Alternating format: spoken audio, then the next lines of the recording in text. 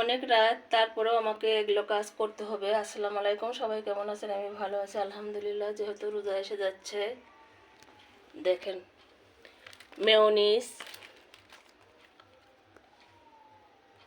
Baking powder,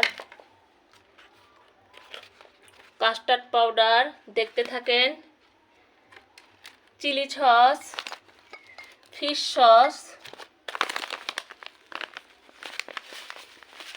coconut আর কি গুঁড়ো, শুকনোটা গুঁড়ো, লুডুস, ক্যাপসিকাম, বিট, প্রত্যেকটা জিনিস কিন্তু এই যে আমার বাগানের সবজি, এগুলো কিন্তু সব আমি ব্যাগে ঢুকবো। ওই জন্য করে সবাইকে দেখাচ্ছি ব্যাগে ঢুকানোর পর আর কি ব্যাগে ঢুকাচ্ছি দেখেন। এই ব্যাগটা কিন্তু আমি শপিং মহল থেকে কিনছি।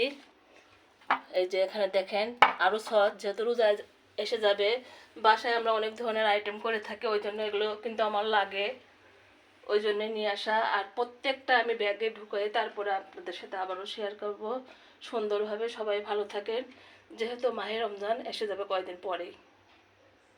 আল্লাহ হাফেজ।